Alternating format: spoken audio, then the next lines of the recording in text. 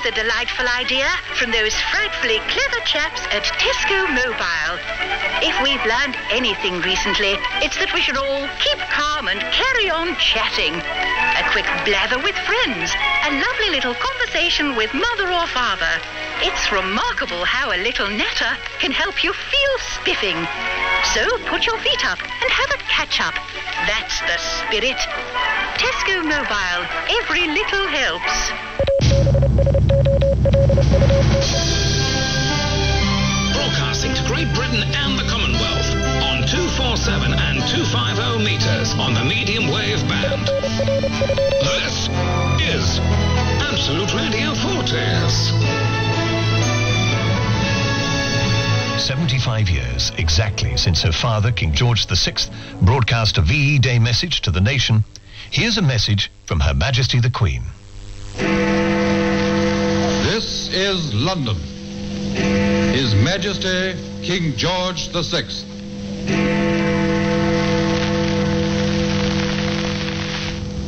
Let us remember the men in all the services, and the women in all of the services who have laid down their lives. We have come to the end of our tribulation, and they are not with us at the moment of our rejoicing. I speak to you today at the same hour as my father did exactly 75 years ago. His message then was a salute to the men and women at home and abroad who had sacrificed so much in pursuit of what he rightly called a great deliverance. The war had been a total war. It had affected everyone, and no one was immune from its impact. Whether it be the men and women called up to serve, families separated from each other, or people asked to take up new roles and skills to support the war effort, all had a part to play. At the start, the outlook seemed bleak, the end distant, the outcome uncertain. But we kept faith that the cause was right. And this belief, as my father noted in his broadcast, carried us through. Never give up, never despair. That was the message of VE Day. I vividly remember the jubilant scenes my sister and I witnessed with our parents and Winston Churchill from the balcony of Buckingham Palace. The sense of joy in the crowds who gathered outside and across the country was profound. Though while we celebrated the victory in Europe, we knew there would be further sacrifice. It was not until August that fighting in the Far East ceased and the war finally ended. Many people laid down their lives in that terrible conflict. They fought so we could live in peace, at home and abroad. They died so we could live as free people in a world of free nations. They risked all so our families and neighborhoods could be safe. We should and will remember them.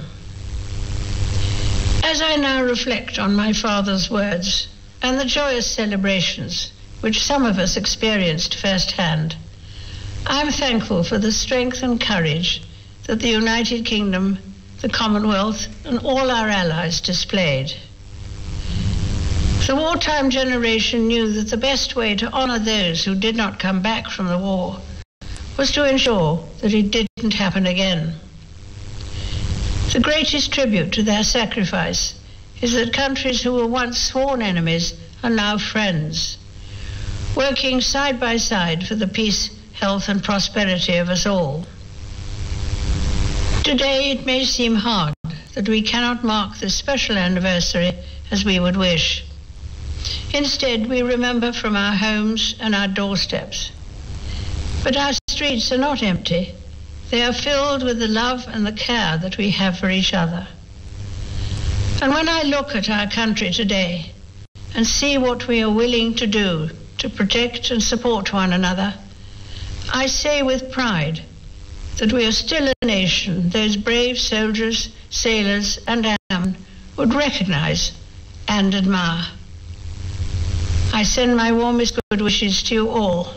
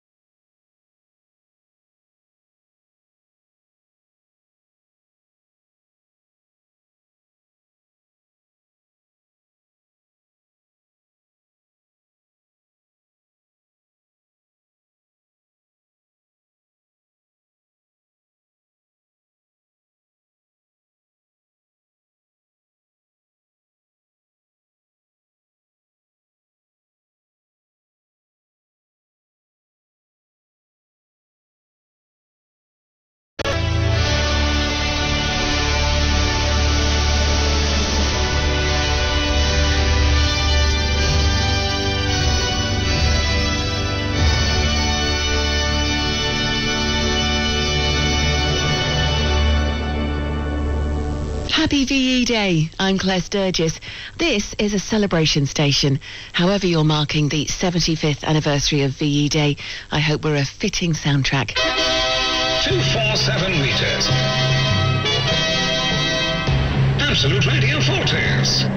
This is a wonderful woman called Lottie Moore. She was just 4 years old when she was evacuated and 9 years old on VE Day. In her mid-80s, she's touring schools to give children an